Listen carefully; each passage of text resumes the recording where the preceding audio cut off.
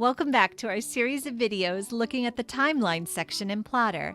And in this video, we're going to take a look at scene card attributes.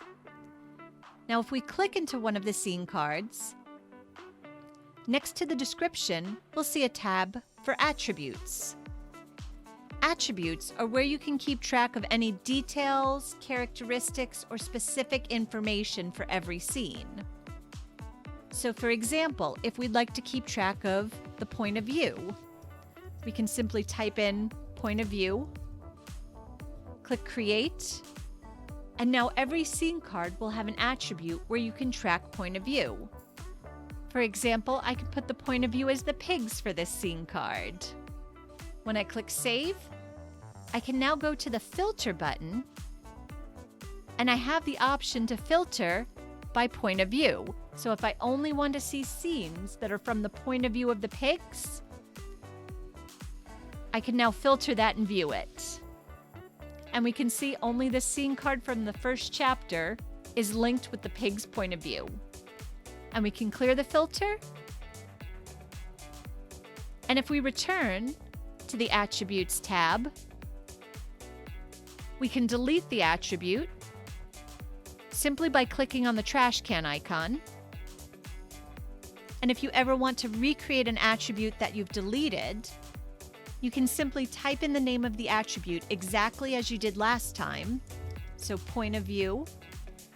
And you can see it's remembered the value from last time and automatically filled in pigs. We can also add additional attributes. So if we'd like to keep track of mood. And as you can see, with the point of view, it's a simple input box.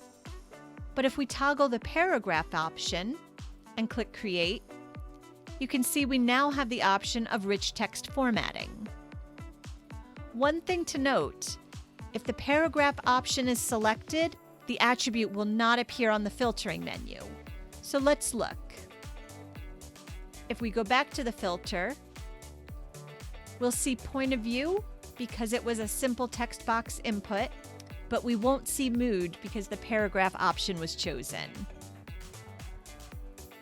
We can also manage our attributes from the Attributes button here in the toolbar. So here we can see the two attributes we've already created, point of view and mood. We can toggle the paragraph option, we can delete an attribute, or we can add a new attribute here, such as plot point. We also have the option of saving these custom attributes for future projects, which we'll go into in a future video. So that covers using attributes in the timeline view. If you have any questions, leave them in the comments below and be sure to give the video a thumbs up. And make sure to subscribe to the channel for all our latest news and updates. And I'll see you in the next video.